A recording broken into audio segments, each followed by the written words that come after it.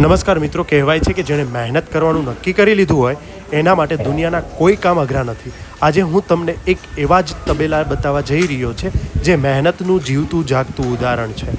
તમે તમારી નજર સામે જોઈ શકો છો, અહીંયા 500થી વધારે ભેંસો છે. આ કોઈ નાનો સૂનો આંકડો નથી. આટલા મોટા પાયે પશુપાલન કરવું એ માત્ર ધંધો નથી પણ એક તપસ્યા છે. અને પરિણામે અહીં રોજનું એક ટાઈમનું 3000 લીટર દોહન કરવામાં આવે છે. હા, હવે તમે ગણતરી કરી લો કે તબેલામાં રોજનું હજારો લીટર દૂધ નીકળતું હોય ત્યાં નફો કેટલો હશે. પણ યાદ રાખજો મિત્રો, આ નફો જેવો રાત દિવસ હાર્ડવર્ક કરવું પડે છે. પશુઓની માવજાત, સમયસર ખોરાક અને સ્વચ્છતા, આ બધું જ જ્યારે પરફેક્ટ હોય ત્યારે જ આવી સફળતા મળે છે.